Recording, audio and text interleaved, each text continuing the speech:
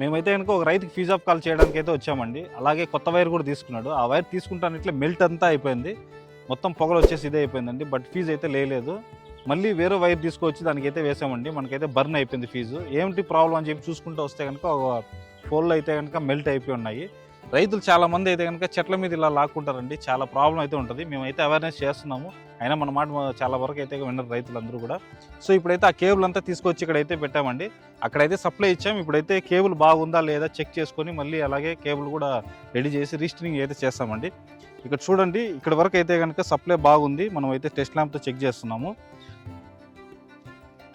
అంటే ఇక్కడ వరకు ఉన్న వైర్ అయితే బాగుందండి. ఇక మీదట ఇక్కడ అటు పోను ఉండే కేబుల్ అయితే చెక్ చేయాలి. ఆ కేబుల్ కూడా చెక్ చేసి మేమైతే కనుక దీన్ని రీస్టరింగ్ చేస్తామండి.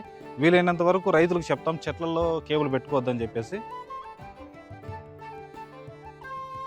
రైతులు చెప్తే వినరు. మేము కొన్ని ఎందుకు చెప్తామంటే ముందుగా ఆలోచించి చెప్తామండి. అయినా కూడా ఈ తోట ఎండిపోతుందని చెప్పేసి రైతుకైతే రెడీ చేశాము. పైన గడ్డి చీమలు ఉన్నా కూడా మేము అలాగే చేసామండి. మా వర్క్ వీడియోస్ మీకు నచ్చినట్లయితే తప్పకుండా సబ్స్క్రైబ్ చేసి ఫాలో చేయండి. రేపటి కొత్త వీడియోతో మీ ముందుకైతే వస్తాను.